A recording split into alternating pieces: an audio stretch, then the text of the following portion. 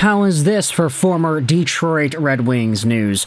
I honestly wanted to apologize here because when was the last time we made a gosh darn video talking about the Red Wings? I gotta check my playlists here and dive into Red Wings talk. Yeah, the last time we made a video about this team was literally 9 days ago. That was crazy. Honestly, I feel like for me, it's kind of hard to find like consistent everyday topics for Detroit compared to some of the other teams. Like if you try to map it out, sure, we make videos about Vancouver and Montreal pretty much every day, but that's because I feel like for Vancouver and Montreal, the cycle of news is so rampant in these Canadian cities compared to most other cities around the NHL that all of the other cities will get maybe their fair share every few days. We make an Edmonton video every few days. We make a video about, I don't know, Calgary or Boston or New York or something every few days. Detroit, they're my third favorite team. They're going to stay that way. It's just, I feel like because this team is in that spot that they're in right now, like, I don't really see many trade rumors. I don't really see many scoops that are like super drastic or immediate that we need to talk about. It's just, you know, the ebbs and flows of the season, and the Wings win some games and they lose some games, but let's be honest, they mostly lose, nowadays at least. I mean, they won in overtime against Pittsburgh, but, like, I didn't actually have my eyes in that game, unfortunately. So, it's been kind of a rough go, I'd say, for the Red Wings content. I apologize for that, but at the same time, I haven't really been able to dig too many topics out for this team up until today, which is why we're making this video, because I saw an article published on Detroit Hockey Now by Bob Duff, talking about how former Red Wings defenseman Olli Maatta recounts the shock of getting traded. The Finnish defender found out about the trade in the wee small hours of the morning. Okay, that's not what it actually says in the article. It just says in the wee hours of the morning, but man, I got no choice but to start thinking about Frankie Sinatra after that. In the wee small hours of the morning. Yeah, what beautiful music. Anyways, let's go out there and talk about former Red Wings defenseman Olli Maatta and his entire response to getting traded by the team over to the Utah Hockey Club. So, let's dive into just the profile, get up to speed with the numbers and everything. Olli Maatta, 30 years old, 6'2", left-handed defenseman, signed on till the end of this season, making $3 million a year, and he had 0 points in 7 games with the Detroit Red Wings this season, a far cry from the 18 points he had in 72 games last year. Lo and behold, he is now in Utah, and with the new hockey club, he has gotten himself 0 points in 6 games. So he is still at 0 points on the year, on pace for 0 points over 79 games on this season, which is definitely not good. And I mean, for a guy who's playing 20 minutes a night pretty much here, there are some 22-minute games that Olli Maatta has gotten with the Utah Hockey Club. He's playing more with this team, which is great. He needed a role. Him getting more minutes is good for the player. Sure, you would like to see him produce more, but for a team like Utah that has players that are on the IR for a while, John Marino is out, Durzi is out, they needed some extra guys, and they had spots to fill, which is why you have Olli Maatta getting thrusted into the fold here as one of the most used players on the team. Good for him, but still, it was interesting to see how he departed the Detroit Red Wings organization. This article in Detroit Hockey Now goes out there and cites a Finnish interview that Maatta had with Ilta Sanomat, and if you take a look at what is written about here, news of his departure from the club came so late into the evening, it was too late to reach out to his suddenly former Detroit teammates. Maatta was just nodding off to sleep when his phone began ringing. It was Steve Yzerman with the news that he had traded the Finnish defenseman to the Utah Hockey Club.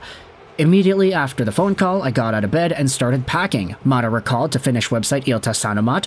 At the same time, I called to get additional information about where I should be and what time.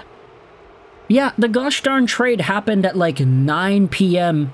Pacific time. It was like a midnight trade over here. So obviously I was thinking about it like, wow, like for us fans, we get the scoop. Oh yeah, the guy got traded.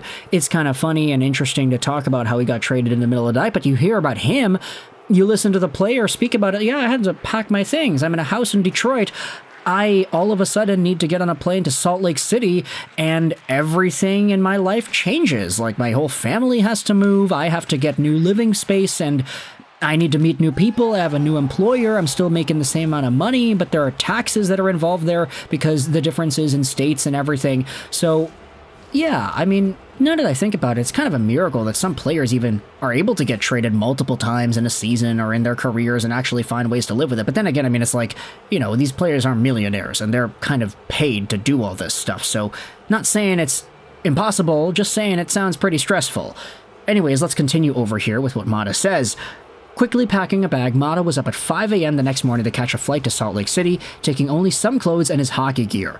At some point, he'll be needing to get back to Detroit to be packing up the remainder of his belongings. Heading directly to the rink upon arrival, Maatta would be making his Utah debut later that night. He would play more than 20 minutes in the game. Afterward, he began to wonder whether his mind was playing tricks on him. Was this all a dream? In the evening at the hotel after the game, I had to pinch myself to see if this could be true. Now this is where the article gets a little bit sad. You want to talk about the relationship with the Detroit Red Wings and what Maatta meant to this team or what the team meant to him. There was no time to even text his Wings teammates. Olli Maatta wasn't even afforded the opportunity to share a goodbye with the team. Everything happened so quickly that I didn't have time to internalize it, Maatta explained. It came out of nowhere. I was in Detroit for 2 years and there are a lot of good guys on the team. Too bad I didn't get to see them again. The next day, he tried to send a message to his teammates on their shared WhatsApp, but found himself overcome with emotion. I didn't really know what to write, Maatta said. I just wrote that I hope to see you soon. Now, if that's not some Paul Walker, Charlie Puth type stuff, then I don't know what is, but Olli Maatta, man. It's interesting to know about the group chats. Obviously, you know, NHL teams have them. Like, your beer league team has a hockey group chat. My floor hockey team has a hockey group chat. All of my floor hockey teams over the past few years have had hockey group chats, and so NHL teams, probably no different. It is interesting, though, just to see that dynamic. Olli Maatta in a group chat with Larkin, DeBrincat, Sider, and everybody else, and he's got to say, yeah, sorry, or not really sorry, but you guys have been good to me. I'm grateful for my time here. Peace out. And then you leave the chat. Feels kind of, you know, sad.